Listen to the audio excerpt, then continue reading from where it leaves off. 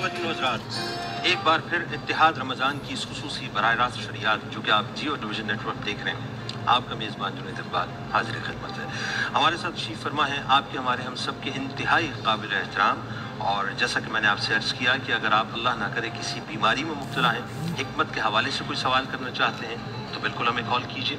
اگر آپ کوئی روحانی مسئلے میں مبتلا ہیں اور آپ یہ سمجھتے ہیں کہ اس کا حل جو ہے مجھے ابھی تک نہیں ملا، تو آپ یقین مانیے بے شک ذات تو پروردگار کی ہے جو مسائل کو حل کرتی ہے، لیکن اللہ تعالیٰ نے اپنے بندوں کو چنا ہے مختلف کاموں کے لیے، اور ان میں سے شخصیت محترم جناب شیخ طارق احمد شاذلی صاحب جو ہمارے ساتھ تشریف فرما ہے، آپ ان سے گفتگو کر سکتے ہیں اور جو آپ کا سوال ہے آپ اس کا حل ان سے معلوم کر سکتے ہیں۔ شیخ صاحب، میں چاہتا ہوں ابتدائی رمضان ہے، ظاہر آج پہلی رات ہے، تو جنرلی لوگوں کو رمضان میں کن کن وظائف کو اپنے معمولات میں شامل کرنا چاہیے؟ بہترین رمضان کے لیے جو بہترین عمل ہے وہ ہے سورہ اخلاص۔ سورہ اخلاص، ٹھیک ہے۔ حضرت مولا کائنات علی کرم اللہ وجہ فرماتے ہیں کہ اللہ تبارک و تعالی اس امت کو بخشنا چاہتا ہے۔ تو لوگوں نے پوچھا کہ حضور کیسے؟ آپ نے فرمایا ایسے کہ اللہ تعالیٰ اس امت کو بخشنا چاہتا ہے کہ اس کو دو تحفے دیے، سبحان اللہ، ایک رمضان المبارک اور دوسری سورہ اخلاص۔ سبحان اللہ، سبحان۔ تو اس وقت رمضان مبارک بھی شروع ہو چکا ہے، اور سورہ اخلاص کا ورد بھی اس کے لیے بہت بہترین ہے۔ اگر کوئی شخص ہر نماز کے بعد 10 مرتبہ سورہ اخلاص پڑھ لے تو اس کو اس ماہ کی رحمتیں اور نعمتیں میسر آتی ہیں، اور اللہ تبارک و تعالیٰ اس کی مشکلوں کو آسان کرتا ہے، ماشاءاللہ، اس کی دینی اور دنیاوی حاجات رفع ہوتی ہیں۔ تو بہترین عمل رمضان المبارک میں سورہ اخلاص کا ورد ہے۔ اگر خاص طور پہ ہر نماز کے بعد سورہ اخلاص کو 10 مرتبہ پڑھ لیا جائے تو اللہ تبارک و تعالیٰ اس پہ نظر رحمت فرماتا ہے۔ اچھا، یہ جمی مسائل کی سورہ اخلاص سے متعلق میں ایک بات کہ علماء نے لکھا ہے کہ جس کو گناہوں کی عادت بہت پڑ گئی ہو اور گناہ سے چھوٹ نہ رہے تو فجر کے بعد سورہ اخلاص کو بہت زیادہ پڑھے، یہ بھی ہے؟ جی، اگر کوئی شخص فجر کی نماز کے بعد ایک تسبیح سورہ اخلاص کی پڑھ لے تو اللہ تبارک و تعالیٰ گناہوں کا زنگ اس کے قلب سے دھو دیتا ہے، سبحان اللہ، اور اس کے اندر اللہ تبارک و تعالیٰ کی محبت پیدا ہوتی ہے۔ یعنی مثال کے طور پہ اب میں چاہتا ہوں ذرا ایک طفل مکتب کی حیثیت سے آپ سے سمجھنا کہ ایک شخص انتہائی گناہوں میں مبتلا ہے، فرض کیجئے کہ وہ شراب کا عادی ہے، بدکاری کا عادی ہے، وہ جو ہے پلٹنا چاہتا ہے، لیکن اس کے اندر کا جو ایک شیطان ہے وہ اس کو پلٹنے نہیں دیتا، زنگ اتنی لگ چکی ہے اس کے قلب کے اوپر، تو اگر وہ سورہ اخلاص شروع کر دے بالکل پلٹ جاتا ہے، واہ سبحان اللہ، چاہے وہ کتنے ہی گناہوں کی دلدل میں دھسا ہوا ہو۔ اخلاص کے معنی کیا ہے؟ خالص، صاف کر دینا۔ اللہ تبارک و تعالیٰ اس کے قلب کو صاف کر دیتا ہے اس کی برکت سے، اور گناہوں سے اس کو بیزاری ہوتی ہے، اس کے پڑھنے والے شخص کو گناہوں سے بیزاری ہوتی ہے۔ بلکہ اعلیٰ حضرت امام سنت نے الوظیفہ الکریمہ جو ہے اس میں لکھا ہے کہ روزانہ صبح 11 مرتبہ جو سورہ اخلاص پڑھ لے فجر کے بعد تو شیطان بمع لشکر کے اگر آ جائے نا اس کو ساتھ جس سے گناہ کروائے تو نہ کروا سکے، نہیں کروا سکے، ہاں اگر کرے گا تو خود کرے گا، نفس اپنی خود مجبور ہو کر کرے گا تو کرے گا، اور شیطان یا اس کا پورا لشکر بھی آ جائے نا تو اس سے گناہ نہیں کر سکتا۔ واہ، یعنی شیطان کا تسلط اس شخص سے ختم ہو جاتا ہے جو سورہ اخلاص پڑھتا ہے۔ گناہ دو، ایک تو شیطان کرواتا ہے، ایک نفس کرواتا ہے، اور شیطان تو قید ہو گیا رمضان کا مہینہ، قید ہو گیا، یہ نور والی کیفیت ہے، یہ بھی ایک مضمون ہے ایک بڑا۔ اچھا، اس کے پڑھنے والے کے لیے یہ بھی بات ہے کہ اس کے پڑھنے والے کا نفس اس کا مطیع ہوتا ہے۔ اچھا جی، اس میں اعظم ہے۔ اچھا، اللہ سمد، اس میں اعظم ہے، یہ اس کو بزرگوں نے اس میں اعظم فرمایا ہے، اور کہا ہے کہ جو شخص اس کو پڑھتا ہے وہ گناہوں سے ایسے دور ہو جاتا ہے کہ جیسے کہ اللہ تبارک و تعالیٰ اس کو بالکل اس سے صاف کر کے نکال دیتا ہے گناہوں سے۔ سبحان اللہ۔ حضرت اس بارے میں آپ کچھ جی، بات یہ ہے کوئی بھی چیز آدمی پڑھتا ہے تو اس کے لیے بنیادی شرط اخلاص ہے، اور اگر اخلاص سے وہ اللہ الصمد پڑھے تو یقیناً جو ہے جو چیزیں حاصل ہونی ہیں اس کو حاصل ہوگی۔ اخلاص ایک ایسی چیز ہے جو بنیاد بنتا ہے ہر چیز کی قبولیت کے لیے، اور بات یہ نہیں ہے کہ وہ 1000 مرتبہ پڑھے، بات یہ ہے کہ وہ کس اخلاص اور کس جذبے کے ساتھ بات کہہ رہا ہے، اس کو پڑھ رہا ہے۔ اور جو چیز بھی آدمی پڑھتا ہے تو اس سے اس کی انسیت ہو جاتی ہے، جیسے زکوٰۃ دیتے ہیں کسی وظیفے کی، کسی اسم کی، تو وہ زکوٰۃ دیتے دیتے جو ہے نا وہ آدمی اس میں فنا ہو جاتا ہے، تو جب وہ فنا ہو جاتا ہے اس میں تو پھر وہ ان ساری چیزوں سے دور ہو جاتا ہے۔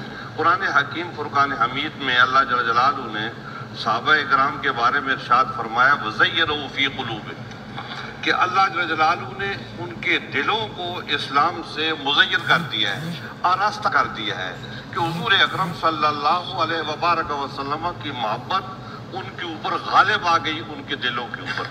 اب اگر کبھی کوئی ایسا آدمی صحابہ کے راستے پر بھی چلنے والا ہو تو اس سے جب کبھی کوئی خطا ہو جائے گی تو یہ نہیں کہا جائے گا کہ یہ اس نے جان بوجھ کے کی ہے، بس وہ بشری تقاضوں کے مطابق اس سے خطا ہو گئی ہے، اور اس خطا کو وہ پسند نہیں کر رہے ہوتے، کیونکہ ان کی تربیت ہو چکی ہے، ان کا تزکیہ ہو چکا ہے، تو خطا جو ہے نا وہ ان سے ہوتی ہے، حقیقت سے اس کا کوئی تعلق نہیں ہوتا، ان کے دلوں میں وہ چیز اس سے نفرت موجود ہوتی ہے۔ تو یہ جو وظیفہ پڑھتا ہے آدمی، اس وظیفے کی دل کے ساتھ قربت ہو جاتی ہے، وہ وظیفے کے اثرات جو ہیں وہ دل میں داخل ہو جاتے ہیں، تو اس طریقے سے آدمی گناہ کی زندگی سے دور ہو جاتا ہے۔ خانقاہ اتحاد میں اس وقت ظاہر ہے جید عالم دین بھی موجود ہیں، اتنی ممتاز روحانی شخصیت بھی موجود ہیں، اور طالب علم رضا خاطری صاحب بھی موجود ہیں، تو آپ میں کال کیجئے اور آئیے دیکھتے ہیں کہ پہلے کالر ہمارے ساتھ کون ہیں، تاکہ شیخ صاحب سے میں چاہتا ہوں زیادہ سے زیادہ استفادہ کریں اس پروگرام کے پہلے کالر۔ ہاں اس پروگرام کے پہلے کالر، بس میں انتظار ہے، وہ کال ڈراپ ہو گئی ہے، لیکن شیخ صاحب ایک تو یہ مطلقاً بات آ گئی۔ اچھا اب میں اسپیسیفک اگر بات کروں، ہمارے یہاں چونکہ آپ اخلاص کی بات فرما رہے تھے تو اس سے ایک میرے ذہن میں سوال آیا، پاکی اور طہارت کے کانسیپٹ کو ہم کیسے دیکھتے ہیں؟ یعنی مثال کے طور پہ ہم وظائف تو پڑھ رہے ہیں، ہم نمازیں بھی ادا کر رہے ہیں، لیکن بنیادی کی تو پاکی اور طہارت ہے نا، جس سے سارے ڈورز کھلیں گے، اس کو کیسے آپ ڈیفائن کریں گے لوگ؟ دیکھیں طہارت تو دو طرح پر ہے، ایک ظاہری اور ایک باطنی۔ ٹھیک ہے، ظاہری طہارت جتنی لازم ہے اس سے زیادہ لازم اور ملزوم باطنی طہارت ہے۔ واہ۔ اور باطنی طہارت کی گندگی کیا ہے کہ جس سے باطن کو مطہر کیا جائے، پاک کیا جائے، وہ ہے خصائل رذیلہ۔ اب وہ عام الفاظ میں لوگوں کو بتائیے۔ خصائل رذیلہ کے معنی ہیں بغض، کینہ، حسد، جھوٹ، فساد، ٹھیک ہے، یہ ساری چیزیں خصائل رذیلہ میں شامل ہیں۔ ٹھیک ہے۔ اب جب تک ہم ان پر قابو نہیں پائیں اور ان کو اپنے اندر سے نہیں نکالیں تو طہارت ظاہری کا نتیجہ نہیں نکلتا، فائدہ نہیں ہوتا۔ یعنی اوپر آپ جسمانی طور پہ غسل اور وضو کر لیں، کرتے رہیں، لیکن اندر جو وہ ایک گند بھری ہوئی ہے، بغض کی صورت میں، کینے کی صورت میں، جھوٹ اور چغلی، یہ بات جو حضرت فرما رہے ہیں، حضرت امام غزالی رحمۃ اللہ تعالی علیہ نے احیاء العلوم میں جو باتیں کی ہیں وہ تقریباً اسی طرز کی ہے کہ ان چیزوں سے کس طریقے سے آدمی جان چھوڑے۔ لیکن حضرات صوفی اکرام جو ہیں ان کا ایک طریقہ کار ہے، جیسے نقش بندی سلسلے میں ذکر کیا جاتا ہے، تو وہ جو ہماری سمجھ میں آتا ہے وہ یہ ہے کہ آپ کثرت سے ذکر کرو، شیخ نے جیسے آپ کو تربیت دی ہے اس کے حساب سے آپ ذکر کرو، تو یہ رذائل جو ہیں یہ خود بخود دور ہو جاتے ہیں، اور فضائل جو ہیں وہ دل میں آ کے آراستہ ہو جاتے ہیں۔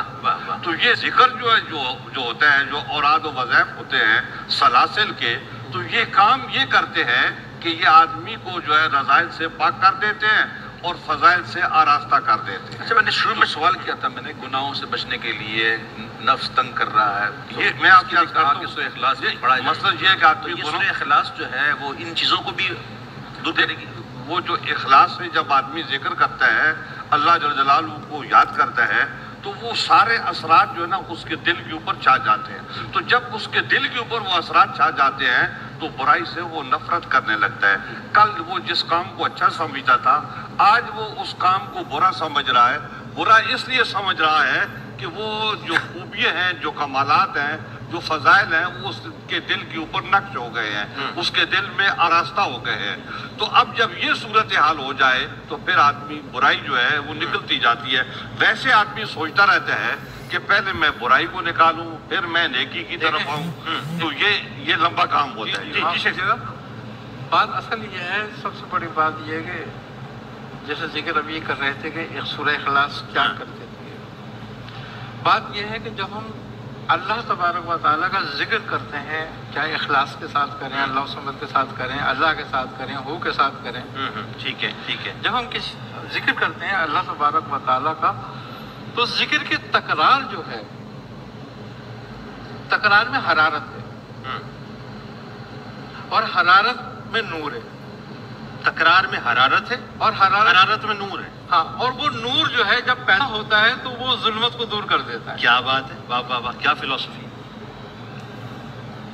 تکرار جو بار بار کرائی جاتی ہے، بزرگوں نے تکرار کا ایک سلسلہ رکھا کہ بار بار کسی چیز کو دہراؤ. بڑھیا. یعنی تکرار میں حرارت اور نور جو ہے ظلمت کو ختم، نور ظلمت کو دور کرتا ہے. اور حرارت مقتدی کے لیے ضروری ہے. واہ واہ. ہاں، مقتدی کے لیے بالکل ضروری ہے اور منتہی کے لیے کمال ہے. واہ، بالکل صوفیانہ رنگ ہو گیا ہے محفل کا اس وقت. جی ہاں، کیا بات. تو جب ہم ذکر کرتے ہیں، اچھا اصل بات یہ ہے کہ ذکر میں فکر ضروری ہے. ذکر میں فکر ضروری ہے. اور فکر کیا ہے؟ فکر ہے اپنی نگرانی کرنا. اچھا، وہ کیسے کی جائے؟ جس کو کہتے ہیں مراقب ہونا.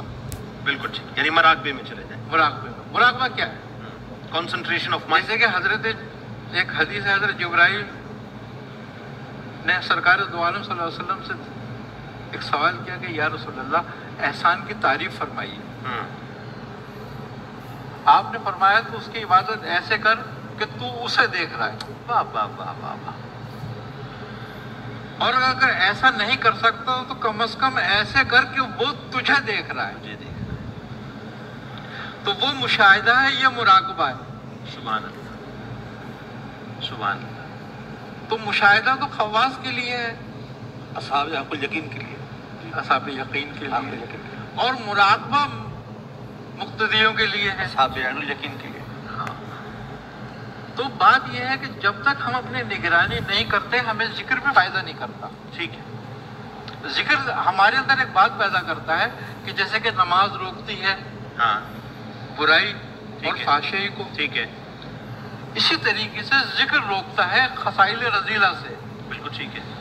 اس کے اندر اللہ اور اس کے رسول کی محبت موزن ہوتی ہے. کیوں کہ جب ظلمت مٹتی ہے اور نور آتا ہے تو ایمان پیدا ہوتا ہے. سبحان اللہ. اور جب ایمان پیدا ہوتا ہے تو بندے کی طبیعت آٹومیٹک اس طرف راغب نہیں ہوتی گناہ کی طرف. پھر کیا اب جو گناہ سرزد اس سے ہو جاتا ہے اس حال میں بھی، تو جو مقدر ہو چکا وہ تو ہو کر ہی رہے گا. صحیح. ہو جانا برا نہیں ہے، گناہ پہ اڑ جانا برا ہے. یہ سوال یہ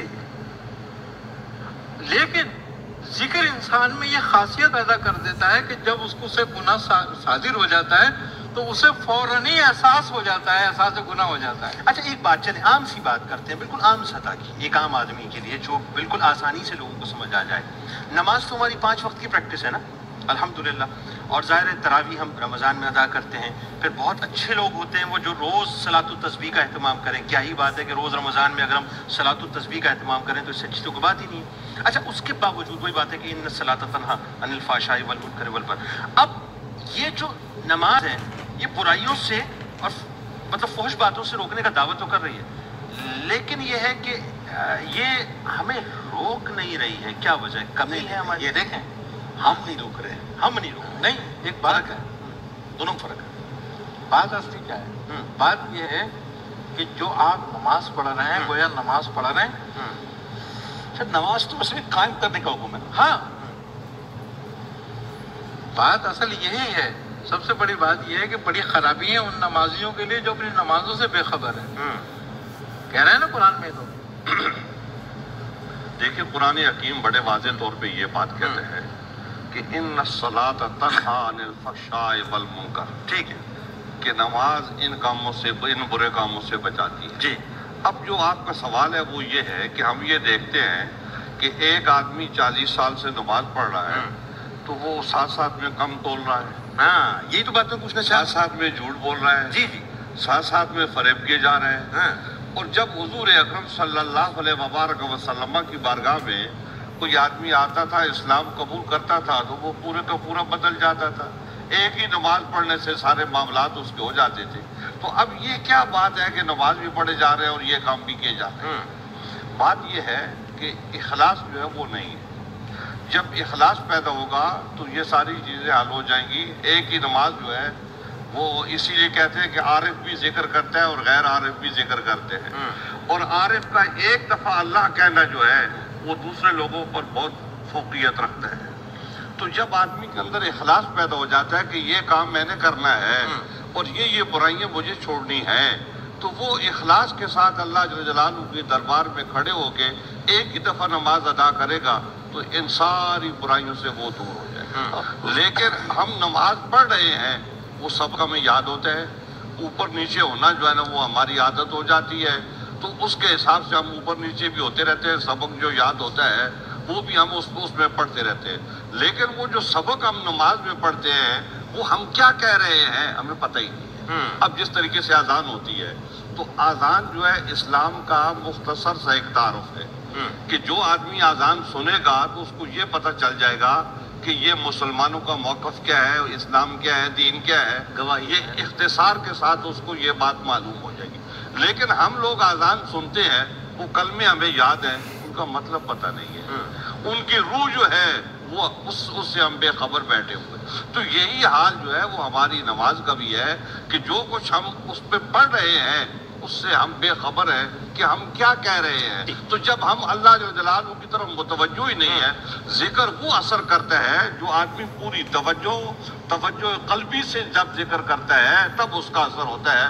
مولانا روم صاحب فرماتے ہیں کہ بر زباں تسبیح در دل گوہر، این تسبیح چنید عادت کے اثر، کہ آپ ذکر اللہ کا کر رہے ہو اور دل میں آپ کے دوسرے خیالات ہیں، دکان پہ کھلی ہوئی ہے، دکان پہ وہ کوئی گاہک آیا ہوگا یا اور کئی مسائل ہوں گے، تو ذکر آپ ادھر کر رہے ہو، نماز آپ ادھر پڑھ رہے ہو، وجود آپ کا وہاں، خیال آپ کا وہاں پر ہے، تو ایسی نماز نہ اثر کرتی ہے نہ ایسا ذکر اثر کرتا ہے۔ جب آپ پوری توجہ تام کے ساتھ بیٹھ کے اللہ جل جلالہ کا ذکر کریں تو میں یہ سمجھتا ہوں کہ 15 منٹ میں آپ کا فیصلہ ہو جائے۔ کیا بات ہے پرویز بھائی، کوئی مناجات اگر اس پڑھتے ہیں نماز میں ہم پڑھتے ہیں اور دعا پڑھتے ہیں درود شریف کے بعد، اللہم رب اجعلنی مقیم الصلاۃ، کہ اللہ ہمیں نماز قائم کرنے والا بنانا۔ اب وہ نماز قائم کرتے کدھر ہے؟ سب سے آخری نماز ہے عشاء کی نماز، اس میں آخری ہے وتر، اور وتر کی آخری رکعت میں جب ہم اللہ اکبر کہہ کے دعائے قنوت پڑھتے ہیں، اس میں ہم بڑے واضح الفاظ میں کہتے ہیں وَنَخْلَعُ وَنَتْرُكُ مَن يَفْجُرُكَ۔ اب یہ دیکھیں نا اللہ اکبر کا لفظ ہے، یہ جو جملہ ہے اس پر بندہ غور کرے، وَنَخْلَعُ، اور ہم الگ ہوتے ہیں، وَنَتْرُكُ، ہم اس کو چھوڑتے ہیں، مَن يَفْجُرُكُ، جو تجھے چھوڑ گیا۔ اب نماز سلام پڑھنے کے بعد کیا واقعی ایسا ہے ہم نے الگ کیا اس کو؟ نہ الگ کیا نہ چھوڑا، تو پھر قائم کہاں ہوئی؟ عاقبوں کا مطلب ہی یہی ہے، تو قائم کہاں ہوئی؟